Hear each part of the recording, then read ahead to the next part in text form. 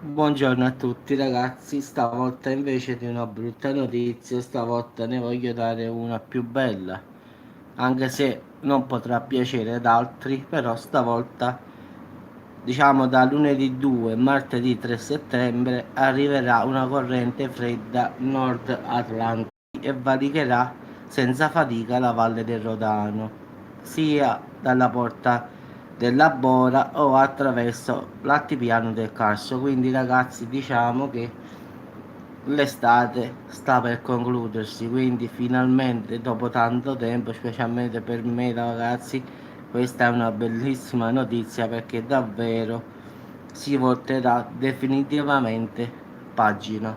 Quindi finalmente sembra confermato che il maltempo è in arrivo.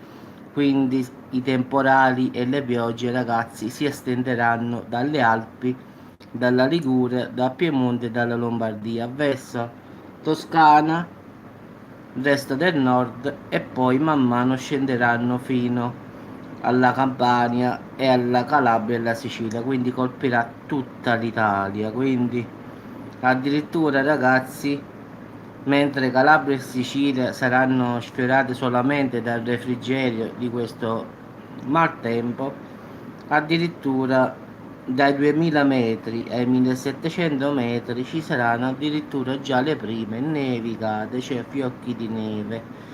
Quindi, ma qua si parla di Alpi e Prealpi, non è che la neve arriverà, diciamo, in Piemonte e Lombardia, no, qua si parla sempre di Alpi e Prealpi, quindi già ci saranno le prime nevicate, quindi non ci resterà che ricordarla quest'estate come la più calda di sempre, ragazzi, che veramente ha massacrato la maggior parte di noi.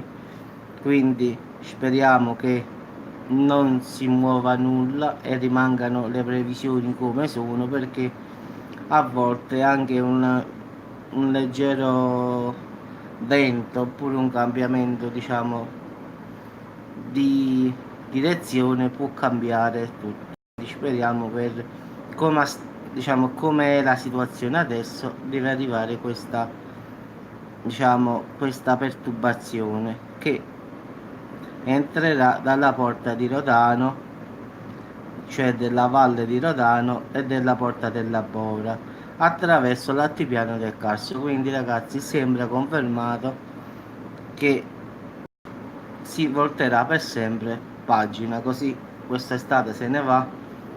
Mi dispiace a quelli che l'estate piace ragazzi, però purtroppo stiamo a settembre, quindi si ritorna a scuola e quindi è anche normale che la bella stagione sia prossima a terminare.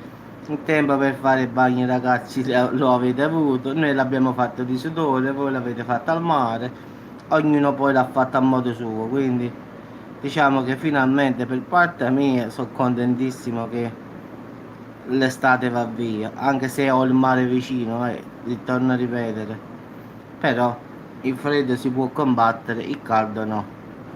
Quindi questo è quello che ho sempre pensato. Certo qui, come sempre, non è che è un caldo normale, no, qua o fa caldo che fa paura, o no.